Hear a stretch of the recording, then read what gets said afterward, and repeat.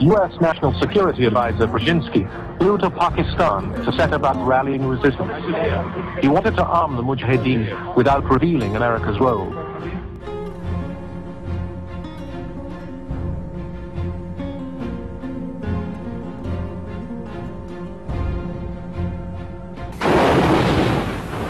The Iraqis had already proved these tactics against Kurdish rebels, but their strategy failed to recognize that defensive armies could also move quickly into position. Away from the Kurdish mountains, large armies could become clear targets for Iranian heavy artillery.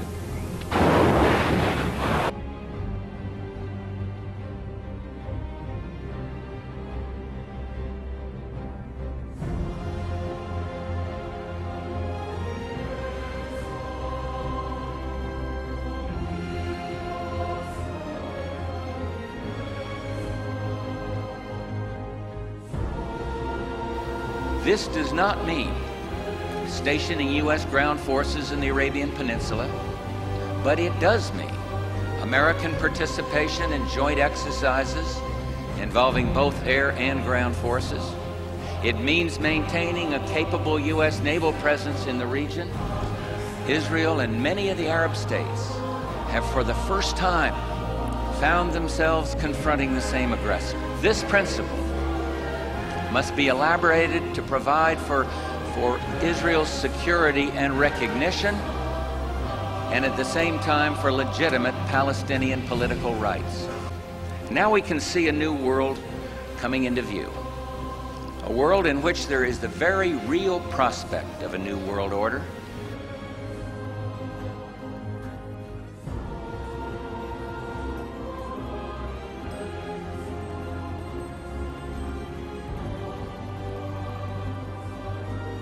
Saudi Arabian Foreign Minister Saud Al-Faisal on Friday said that his country has proposed to the United Nations to form an international body to fight terrorism across the globe.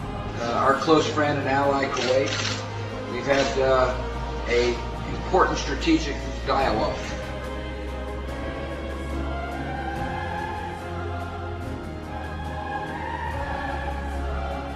هل تؤيد إعدام صدام حسين؟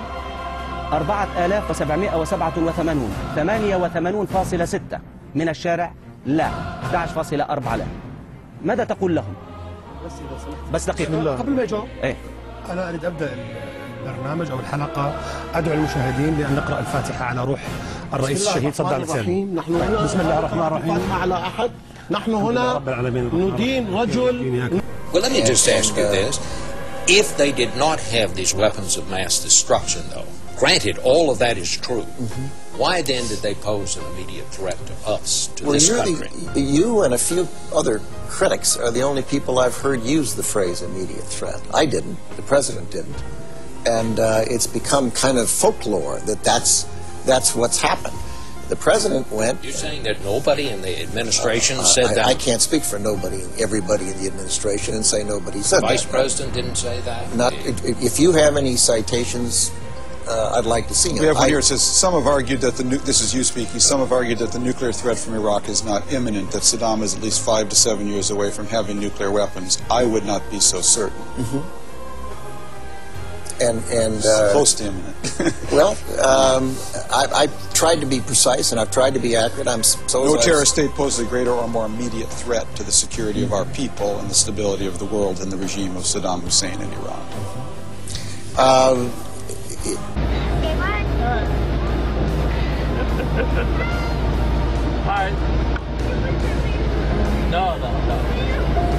No, these. I need these.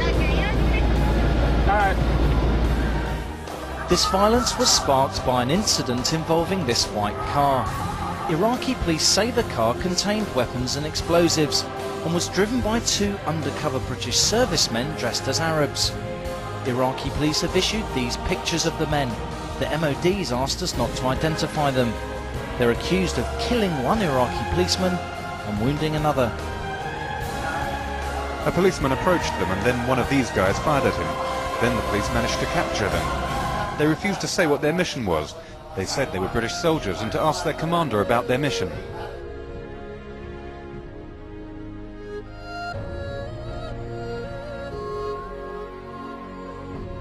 Arriving in formal robes to a warm welcome, he told them that despite progress in Afghanistan since the end of Taliban rule, they still needed to tackle terrorism and poppy growing for drugs. That could only be done, he said, through cooperation with neighbouring Pakistan. I don't think, ladies and gentlemen, the number of foreign private military contractors in Pakistan has risen dramatically in the last few months. But do thousands and thousands of armed men on Pakistan's roads really add to security in the country?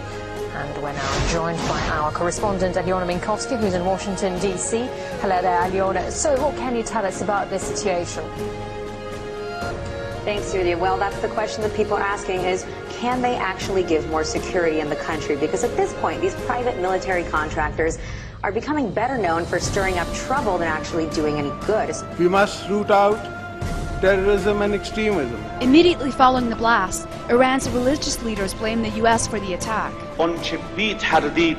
What we can say without doubt about this issue is that the fingertips of America and Israel are definitely on this incident. So don't be fighting each other over chicken feed.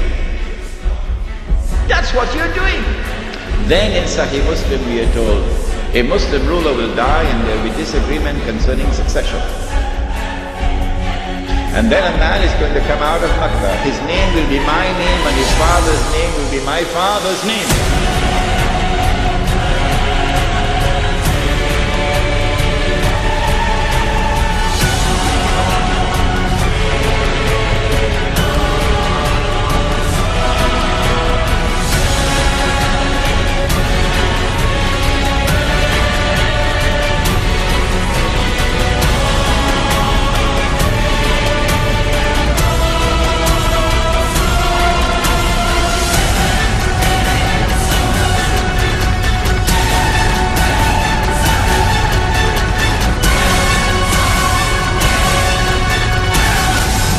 Said the Prophet ﷺ, he'll have a broad forehead and a large nose, and he'll be known as Al-Mahdi.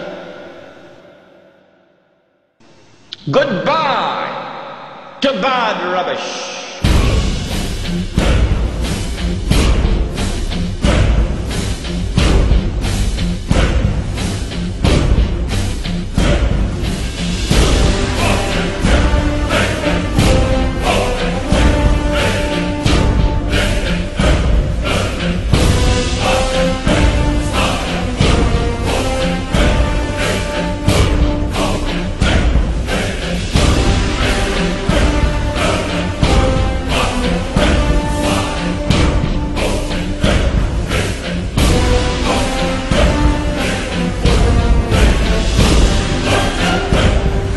The British tried when Britain was the ruling state in the world, and the British failed.